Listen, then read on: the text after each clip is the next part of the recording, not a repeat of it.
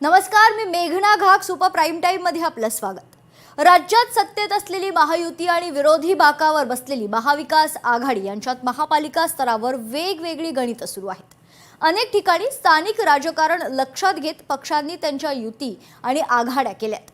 अर्ज भरण्याची सुरुवात झाली तरी पक्षांचे जागा वाटपाचं गणित सुटत नसल्यानं सर्वच पक्षांमधील इच्छुक उमेदवारांची चिंता वाढली आहे. जागा वाटपाचा तिढा सुटत नसल्यानं राजकीय पक्षांनी त्याची युती किंवा आघाडीची अधिकृत घोषणा केलेली नाहीये. पाहूयात.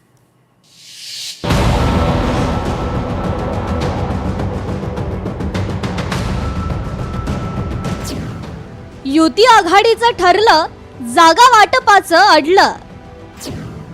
मुंबई ठाण्यात महायुती ठाकरे बंधूंचं ठरेना. पुण्यातील समीकरण दोन्ही पवारांच्या भूमिकेवर ठरणार. स्वबळाची घोषणा करणाऱ्या काँग्रेसची यादीही अडकली. मुंबई महानगरपालिकेसाठी भाजप आणि शिवसेनेच्या अद्यापही बैठका सुरू आहेत.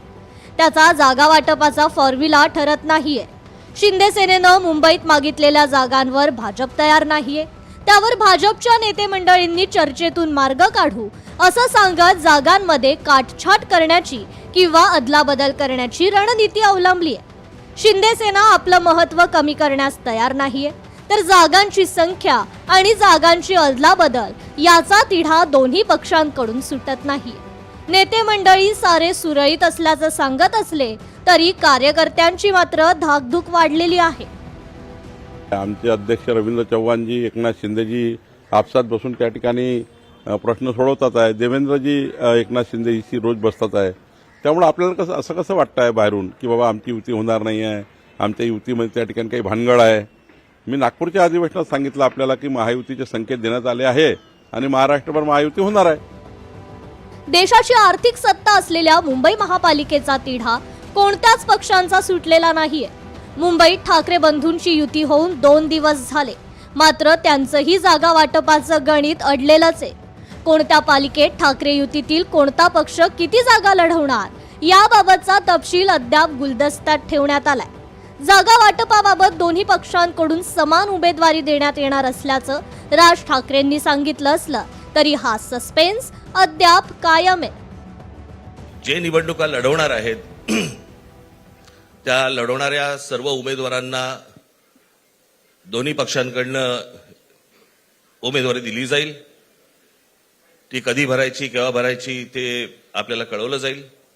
कोण किती जागा लढवणार, आकडा काय, हा नाही सांगणार तुम्हाला. ठाणे महापालिका एकनाथ शिंदे यांच्यासाठी अत्यंत महत्वाची आहे, मात्र तिथेही नाराजी नाट्याला सुरुवात झाली. ठाण्याच्या माजी महापौर मीनाक्षी शिंदे यांनी दिलेल्या राजीनाम्यामुळे शिंदेंची ठाण्यातील डोकेदुखी वाढली आहे. शिंदे सेनेत आणखीन पडझड होण्याची शक्यता वर्तवली जाते. त्यामुळे ठाण्याचं जागा वाटप ठरत नाही. भाजपचे नेते आपापसात स्वबळाची भाषा करत असल्यानं तेथील जागा वाटपाची चर्चा पुढे सरकत नाहीये. मला असं वाटतं ज्या प्रभागाचं पालकत्व तुम्ही स्वीकारता त्यावेळी पाल्यांच्या मागे जर तुम्ही ठामपणे उभं राहू शकत असाल तरच ते खरे पालक असतील.